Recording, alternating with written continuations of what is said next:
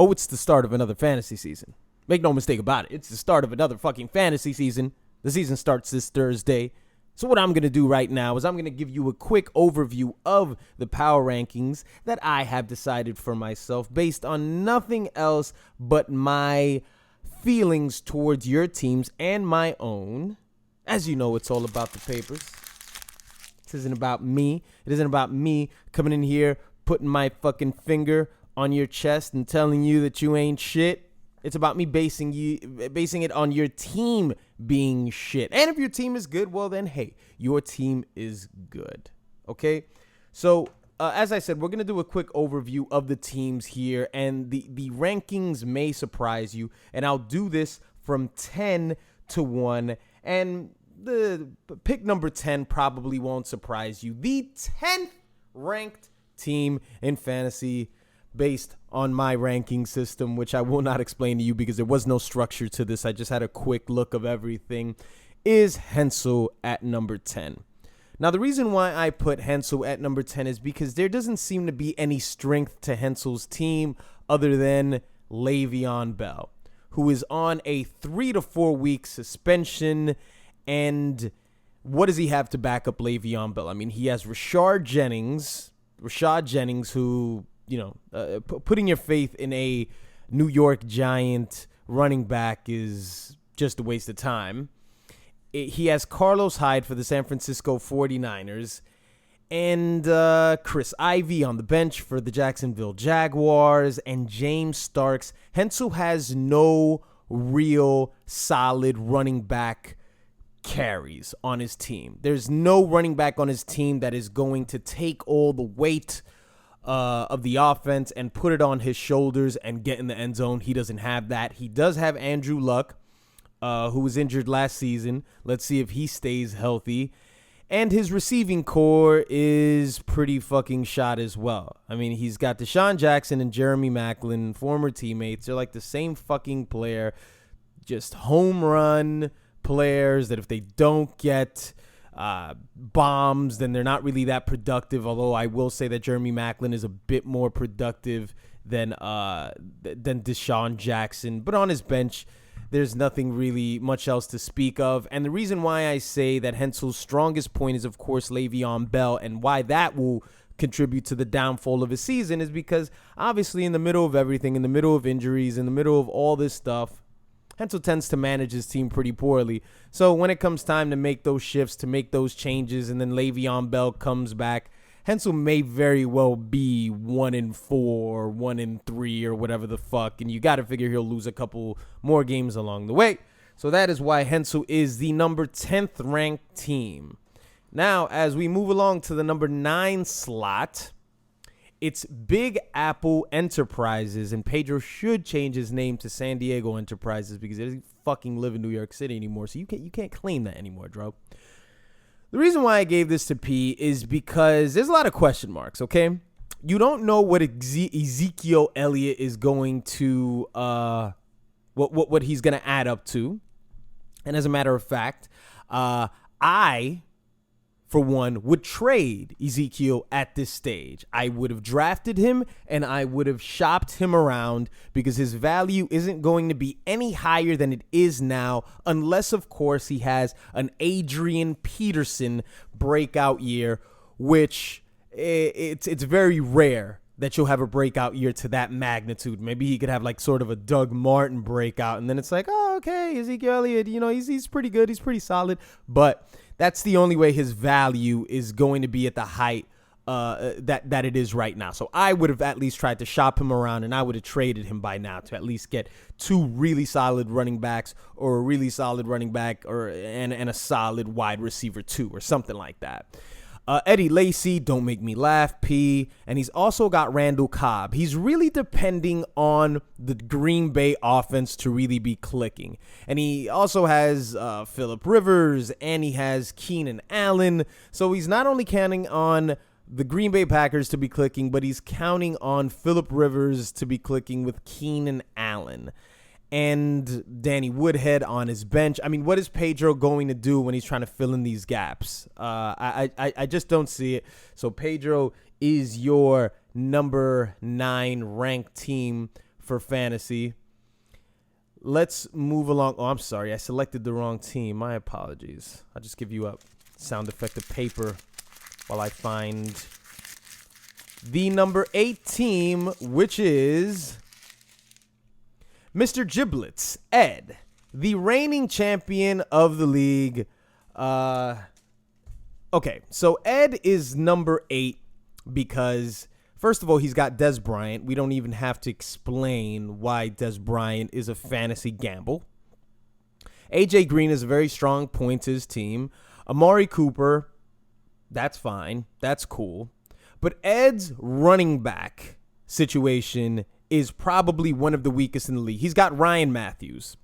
I like to tell you guys about fantasy breakups and makeups and exes and people that you're currently dating. And Ryan Matthews is one of my exes. Boy, I believed in Ryan Matthews so much a couple years ago. I think I even had him last season in the playoffs. Or was it the season before that? Ryan Matthews is he's just an injury waiting to happen. He probably got hurt in the middle of the beginning of this podcast. He's terrible. D'Angelo Williams, yeah, that's great until Le'Veon Bell comes back. And let's say if D'Angelo Williams gets hurt, whatever. Ed's running back situation is just, there's nothing there. On the bench, he tried handcuffing my running back, which I'll get to later on, much later on, because my team is just that great. He tried handcuffing my running back, and there's really nothing else here for Ed. Drew Brees seems to be in the twilight of his career, which, still makes him a legitimate fantasy quarterback, but he's not going to be the top-rated quarterback in fantasy, so he's sort of a mid-level guy. He's a second-tier fantasy quarterback, at least in my eyes, with the potential, of course, to get, 25 points, 35 points every now and then. I'd hate to break it to you, Ed. Ed likes to boast around and, he's the champion. And, of course, he's a champion. He had one good year, but he had one good year. And in order to be top tier in this league, you got to put together more than one good season, my friend. So you are the 8th ranked fantasy team for this year based on my rankings. And we move to number 7 in the Cup of Joe, the Cup of Delight. Joe's got Tannehill, waiting on Brady to come back. I'm not sure what Brady's situation is, if it's an injury or, I guess it's the whole Deflategate mess, right? He's got gonna have like 4 weeks off or something like that. So he's got Julian Edelman, who probably will get hurt at one point of the season. Jeremy Hill, who, you don't know what the fuck is happening with him, or Gio Bernard. Jonathan Stewart is fucking D'Angelo Williams is guy. They're separate. And I guess Jonathan Stewart had he had a successful middle season last year, but let's see if that happens. Adrian Peterson is obviously the number 1 fantasy running back, but there's not much on Joe's bench. He leaves you out in the cold. He's got Darren Sproles, who, a couple weeks of the year, Darren Sproles is he's a fantasy stud. Torrey Smith, who is another one of my exes who I don't believe in anymore. Allen Robinson is a bright spot on his lineup, because I truly do believe that he's going to put up similar numbers this year. He's got the Giants defense. Don't make me laugh. But, of course, defenses are, they're 1 in a million. You'll switch those up 3 or 4 times during the end of the season. So he is the number 7th ranked. And plus, as I would with Hensel, I would, I'd never give Joe or Hensel the benefit of the doubt when it comes to team management. We always assume that in the middle of the road, there's going to be a lot of ups and downs. And when it comes to paying attention to shit, Joe's definitely always fallen short. And you figure, 2 to 3 times this year, he'll miss a slot here and there, and that could be detrimental to, him to get, getting some wins or whatever the fuck. So Joe is the 7th ranked team for this year's fantasy power listings. Number 6 is my brother. My brother. He is my brother. Why? Because he looks like me? I'm looking at Eric's page here, and it says, I shaved my balls for this. You guys really need to learn some consistency as far as your fucking logos. Yeah, fucking and your fucking names. Just stick with one goddamn thing. One year you're hairless, the other year you're fucking Jiggy Walkers or whatever the fuck you are. Listen, Eric's number 6. Eric's got a good squad. Of course, he has the number 1 pick. He had Antonio Brown, which he auto picked for that. But I think he pretty much would have made that selection anyway. I like a pick that he had on his bench with Emmanuel Sanders. Be really interested to see in what happens. Obviously without Peyton Manning there, but Emmanuel Sanders did do his thing. He gets a lot of yak. DeMarco Murray, which is a huge gamble because DeMarco Murray broke his heart last year for the Philadelphia Eagles. That was the biggest fantasy dud. So Eric's showing a lot of confidence in DeMarco by picking him up. I guess that's what Ed's banking on because Ed also has the handcuff to DeMarco Murray for Tennessee. Matt Forte, he's gonna share. He's gonna share some snaps with Blau Pau, I believe his name is. You don't know what's going on in that situation. Latavius Murray, who gives a shit. Eric Decker. At one point, you figure Eric Decker. I hated on Eric Decker all last season when Ed had him, and I'll just continue. I just don't believe in Eric Decker whatsoever. It's just random, just all touchdown dependency is just, I don't buy it. It's a streak that continued last season, but I don't think it's going to continue to persist. He has Aaron Rodgers. Aaron Rodgers is the baddest man on the planet, as Stephen A. Smith likes to say. Jimmy Graham on the bench. He seems to be questionable right now.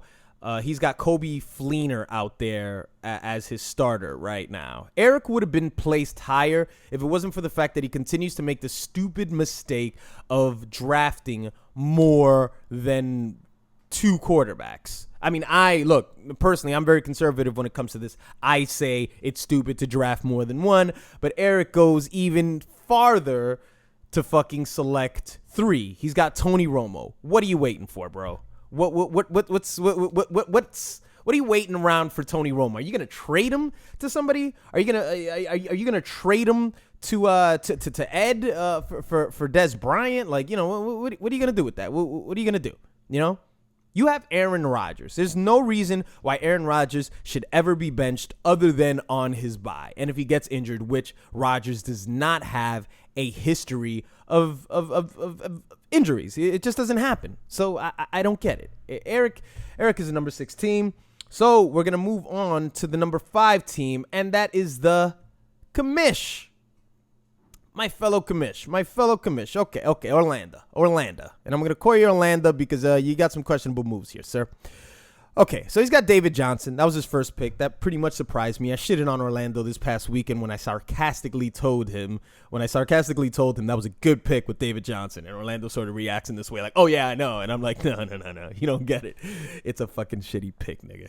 No, David Johnson was a good pick. He's got LaShawn McCoy, which you got to figure something's got to pop with LaShawn McCoy. You got to figure he's got to do something. He's got to produce. He's got to produce something.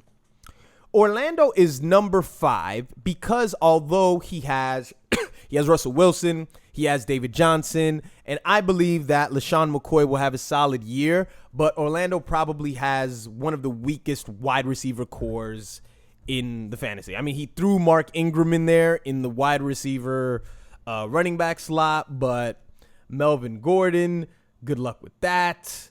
Good luck with Vincent Jackson. And I'm so done with trying to decide whether it's going to be Vincent Jackson or Mike. I guess Mike Evans would be more of the guy, but it's whoever the fuck it is that's QBing for the Tampa Bay Buccaneers. I guess you got to base it on that there's not much strength in whatever wide receiver that you pick. Isaiah Kroll, I guess that's a decent pick to see what comes from that. As I said earlier with Gio Bernard, who's going to get hurt first, Gio Bernard, or is it going to be Jeremy Hill? Orlando's got the weakest receiving core. I don't believe in Mark Ingram to be a consistent fantasy, wide receiver. I mean, a consistency fantasy RB2. I don't think so. I don't trust Drew Brees as much as I did anymore. I don't know what that offense is really made up of. I don't know if they fucking load the box and they fucking start going after Brees because he's not as much of a threat.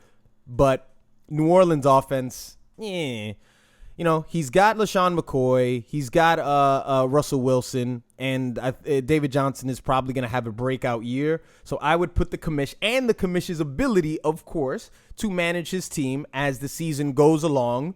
You know, that's also partly what I'm basing this on. I'm basing this on the fact that even though there's some weak spots that I feel that you guys have on your teams, I feel that there's credit to be given to somebody who has a strength within managing their team.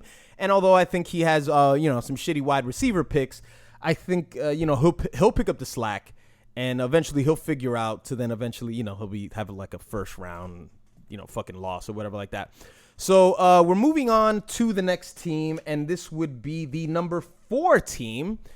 Paul, who's got Ben Roethlisberger. That could be a little questionable, but to his credit, the amount of quarterbacks out there that are available that in the middle of the season that will be able to produce for you could very well add up to the same amount of stats that Ben Roethlisberger can give you. So that's not a big risk on Paul's part. Todd Gurley is he's a fantasy say, hey, look, I didn't fucking Kamish got me on this one. Kamish predicted that Gurley was going to be the number one one of the number one running backs in the league. I didn't agree, but he is. Kamish is a stud. No, Kamish is not a stud. I'm sorry, Gurley's a stud. Lamar Miller, who I wanted, I wasn't able to get him when I wanted him. Lamar Miller, I think that's a very good pick. T.Y. Hilton to me is a little meh. I like Brandon Marshall in that Brandon Marshall won't get you wide receiver 1 numbers, but I think he's going to be a consistent target as usual, and he's going to get yardage and touchdowns. Mike Evans is the better wide receiver of the two. And I also think that Paul's bench is kind of decent. I mean, throwing in LeGarrette Blount in there is, for some reason, LeGarrette Blount always seems to have these bulk of weeks where he puts together solid performances. So he's somebody that's good to stash on your bench. Frank Gore, I guess he's going to get the carries if he's not getting too old. He'll probably get about, 18 to 20 carries a week. So maybe he could throw him in there in the wide receiver slot. So I see a little production coming out of his bench, and I like Ben Roethlisberger. Obviously, I don't think that Ben is automatically going to get hurt. He's going to put up great numbers. Obviously, he's got the number 1 fucking wide receiver out there and a good wide receiver core. By the time Le'Veon Bell comes out there, that team could be fucking dangerous offensively if everyone's clicking, if everyone's healthy. So Ben Roethlisberger could really have himself a monster year, even better than he's had in the past, because I don't remember when was the last time Ben had these many weapons around him. So I reluctantly will give Paul. I was debating whether to put the commish above Paul or Paul above the commish, but something tells me that the players that Paul has on his team are going to just overperform just a little bit more than you expect them to. So we're going to move on to the number 3 team, and that's me, Bundy. Yeah, I picked myself at number 3. I'm being very honest with myself here. There's several reasons why I would give myself the number 3 slot. Going with Demaryius Thomas is a gamble, okay? I mean, I gave Eric credit for having Emmanuel Sanders because I like Emmanuel Sanders. I have Demaryius Thomas, who at this point, we don't know how he would react to not having a quarterback with great precision, a quarterback who's just an all-time great like Peyton Manning, who obviously makes everyone around him look a lot better than what they are. I have Demaryius Thomas, and I'm hoping that somehow he can produce at least wide receiver 2 numbers. I'm not expecting him to do wide receiver 1 numbers because I have Julio fucking Jones. Don't you doubt me. Don't you fucking doubt him for a second. He will produce like Julio is expected to produce. But then we go on to my running backs. All right. And my running backs is when it gets a little hazy. I think Thomas Rawls is a good pick for me. I think he's a good pick, and I think he's going to be there to stay. I think he's going to be their number one running back for the season. I think he's going to get a bulk of all the carries. And that's my strength, I think, within my running backs. I think the running backs that I have selected, which are Jeremy Langford, Thomas Rawls for the Seattle Seahawks, and Matt Jones for the Washington Redskins, I think they're going to get the bulk of the carries. So I think at the very least, I'm going to have opportunities to get in the end zone. You know, I'm a little excited about RG3's, about RG3 moving to another location. This is why I wanted to pick up Corey Coleman. I know nothing about this guy. I mean, apparently, I guess he's a rookie. So I wanted to pick up one wide receiver from that team just to see if something interesting could happen over there. Larry Fitzgerald, obviously, who maybe I'll start every now and then. So, you know, I've got people to back me up. I've got running backs to back me up. I've got, Tevin Coleman. I've got, Chris Johnson, I guess, whatever. But even though, I still have that wide receiver slot. So just in case, I have Jordan Matthews and I have Larry Fitzgerald, who I could throw in there every now and then. And I have Cam fucking Newton. The number one quarterback in all of fantasy. It's just I have question marks about what Demaryius Thomas is going to do. I selected him, kind of high. I don't feel I would have gotten him if I hadn't selected him right there. But I wanted to take that gamble, but it's definitely a gamble. Not the greatest one. And Jeremy Langford is somebody who I still have questions about. So I would rank myself at the number 3 spot. Okay? So we're moving along to the number 2 team in fantasy. And once I say this name, you guys will know who's number 1, so you might fucking slap yourselves collectively on the forehead.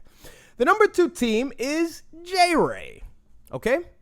J-Ray is the number 2 team because he has some backup on his bench. He's got the, he's got some people just waiting there in the wing just in case things don't work out. But I mean, man, look, he's got fucking Andre Hopkins. I wanted and I had him last year.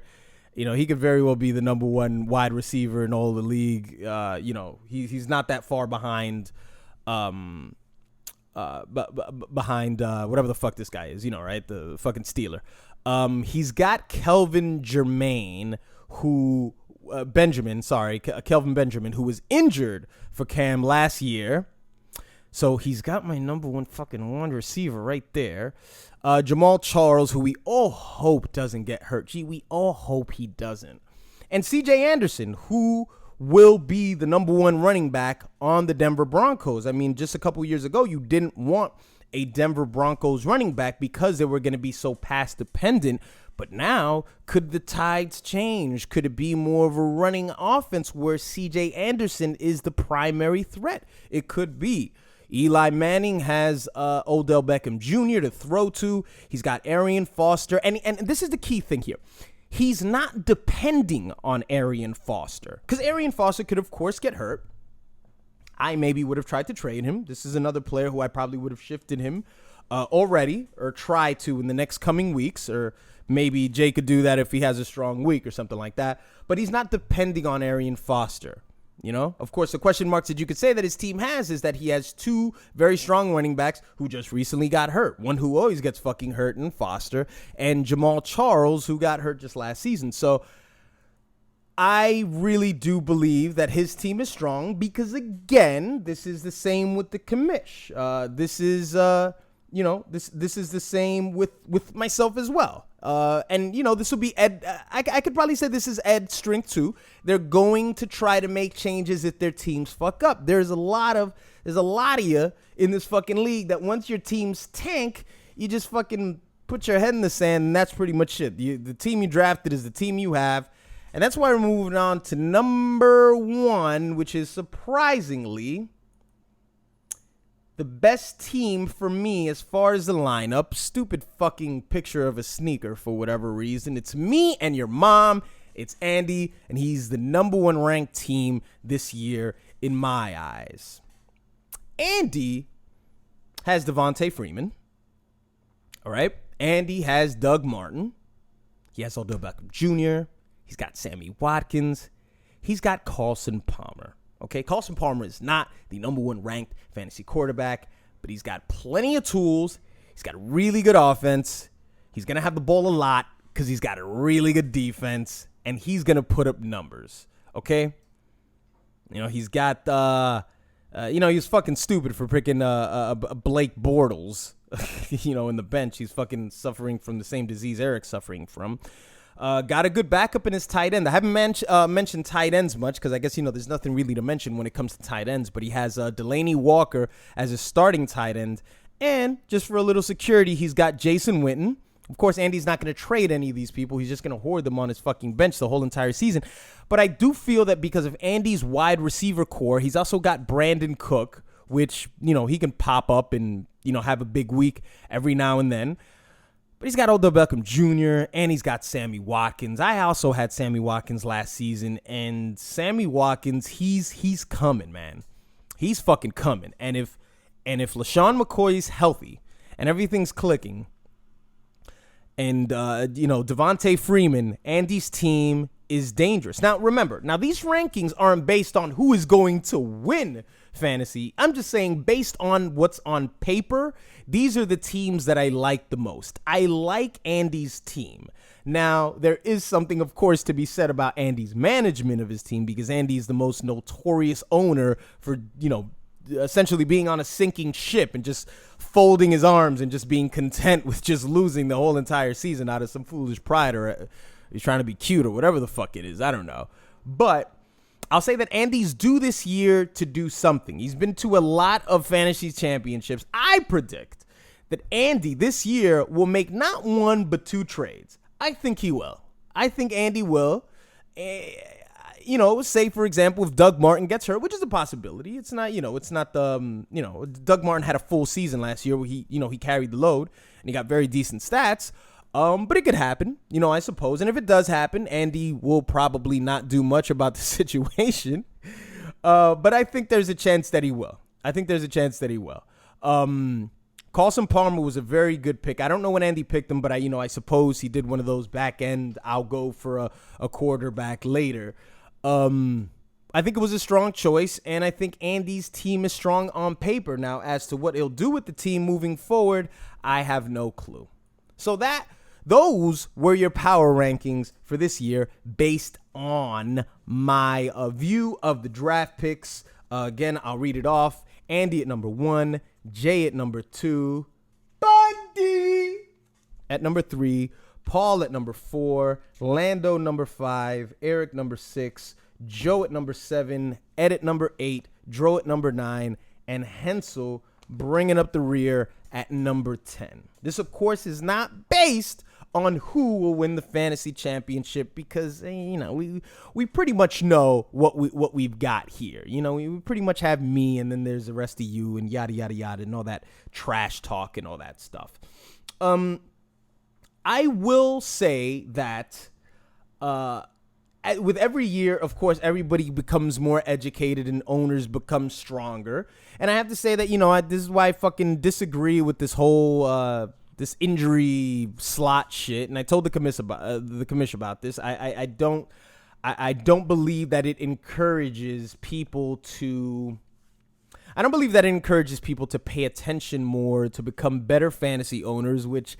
Stop kidding yourselves about all this shit that you guys always love to throw around. Like, oh, yeah, I'm not good at it because I don't have enough time. Shut up. It takes absolutely no brain power. It's just fucking common sense. And, oh, by the way, we've been doing this for almost 10 years now, you fucks. Like, stop it. Stop it already, okay?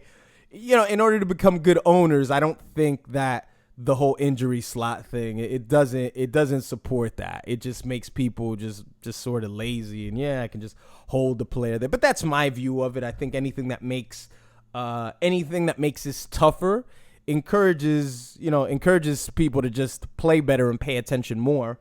We obviously don't play for money. We play for foolish pride is what we play for.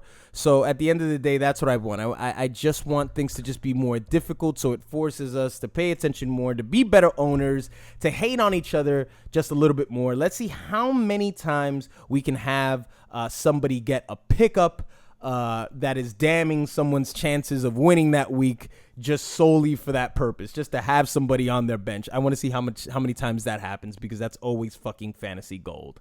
But I'm just here at the half an hour mark. So that was your power rankings for the 2016 draft. The season, of course, starts this Thursday, and you motherfuckers know what's going to go down. You know what's going to happen. You know you can't deny me to at least be in that championship and win that motherfucker. You know you can't. All right? And if you could, you'd stop me most years, which you can't. I'm going to get there. Yes, I came up short last season. Ed beat me one time out of 3 times that we met, and it just so happened that the time that he beat me was in the championship week. So cheers to Ed, who claims to be, a fantasy wizard now, just because he's won one stinking championship. You know, if you put together all of Ed's seasons and he has one championship, then okay, all right, Hensel, that's cool. All right, P, that's cool. All right, Eric, you're in the ranking with them, is what I'm saying, Ed. That's what you're in the ranking with. I would even say that Andy is closer to being better because Andy has played in more fantasy championships than you have, like per capita. Is that what per capita means? Like per capita, like per percent, or whatever the fuck. You know what I mean. If you were in this league, as long as Andy was in this league, Andy would still make it to more fantasy championships than you. So I'd even give Andy fucking more credit. Okay, you beat me one week. Congratulations, sure. Congratulations. Paul, you're not due to win anything. I don't want to hear any of this bullshit about you finally trying or all that shit. It doesn't take a lot of effort, bruh. You just draft better, and that's all. You seem to always draft good teams, but I don't know what happens in the middle of everything. You just get lost in the sauce, and you get a couple injuries here and there, maybe throw some terrible offers, Speaking of terrible offers, Dro, stop it now with this fucking thing that you do where week 3 or whatever the fuck you go, whatever. I don't want Des Bryant. Somebody throw me an offer. You don't give Des Bryant more value by making him appear like he's a fucking item at Walmart that you can just pick up in a bushel basket and just say, well, I got a fucking Des Bryant. Like, all right, and he's $2. Yeah, okay. There's no value in that. How about you send offers? Oh, but here's a problem. When Pedro sends offers, Pedro starts at the lowest possible point because he wants to insult your intelligence. P, for this season, when you want to make an offer, just send a good offer. Let's meet in the middle. There's no reason for us to, there's no reason for me to get an offer week 4 and then get a decent enough offer by week 8, and by then I've already fucking I'm good. I'm not interested in the player anymore. So it's like, oh, go fuck yourself, B. Just send a good offer just to begin with. This fucking shit that you do. All right, we're gonna finish here before I tell you guys to go fuck yourselves. It's all about the papers, and those are your rankings. Okay, go fuck yourselves.